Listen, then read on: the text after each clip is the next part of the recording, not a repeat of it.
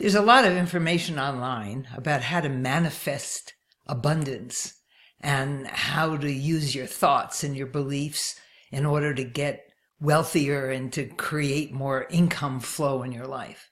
But one of the things that I find missing in most of these instructions is how to take care of your money.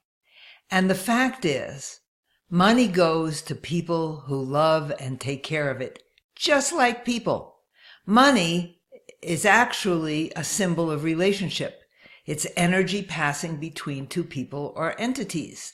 And how you deal with money is how you deal with your relationship with yourself and others.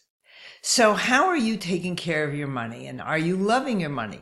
Do you say things like, I really don't care about money, I'm not very good with numbers, and other things that indicate that you don't like money, that you don't even like to touch it?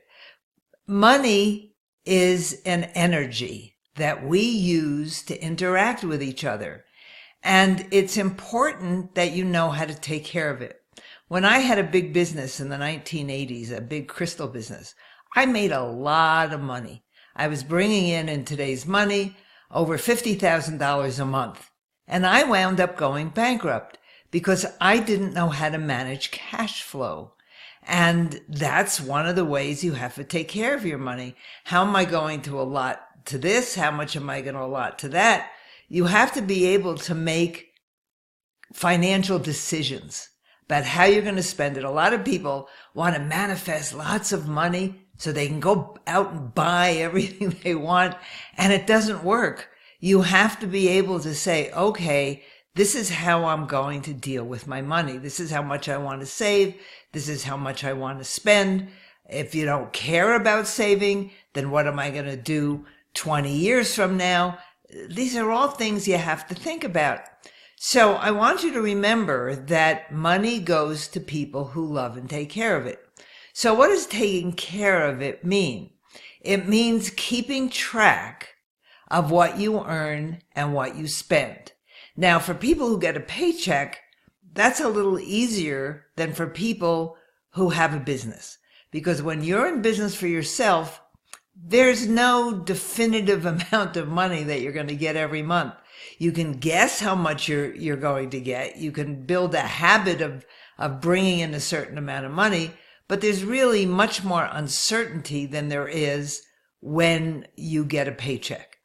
So the first thing you have to learn is how to keep track of your money. Now, the easiest way to do that is with software.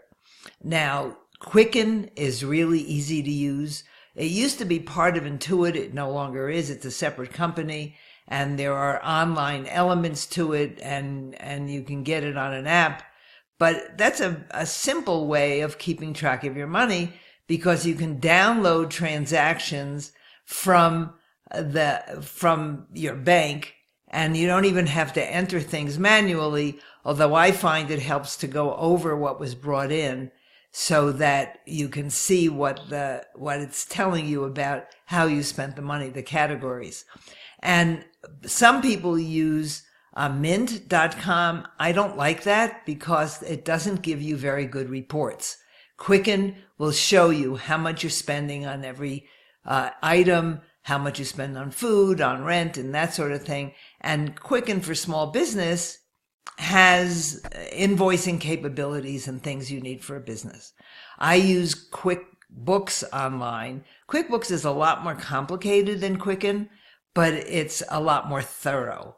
And I use the online version because so much of my money comes in from online sources, and by using something like Zapier, which integrates various platforms, when someone makes a sale, it automatically gets into QuickBooks Online.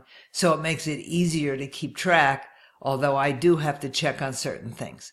So the first thing to think about is, are you going to keep track of your income and expenses? And what software are you going to use in order to make that happen? And you have to decide what's best for you.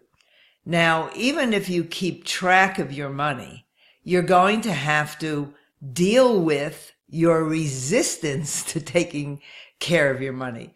And a lot of people just don't like to look at their numbers because they're ashamed of their numbers. That has to do with your money feelings. And I've done other videos on that topic, particularly on money shame. That's a big one. People avoid taking care of their money because they're ashamed of the numbers, no matter how much money they earn. I mean, even people who have large sums of money avoid making financial decisions or taking care of their money because they think they ought to have more, and they just don't know how to take care of it. So today I want to suggest that you learn to love your money and take care of it. Just if you're a meditator, if you sit quietly with yourself, take some dollar bills or whatever you use as currency, can even be something on your phone, and just sit with it and see how you feel about your money. Because money is neutral. There's no reason to feel anything about it. And you get to decide how you're going to feel about your money and how you're going to treat it. So I hope you'll take steps in a new direction. It's amazing to me how many entrepreneurs don't take care of their money and don't keep track of their numbers. And I'd love to have you visit prosperityplace.com and listen to my podcast, the Prosperity Show podcast. Thanks for being here today.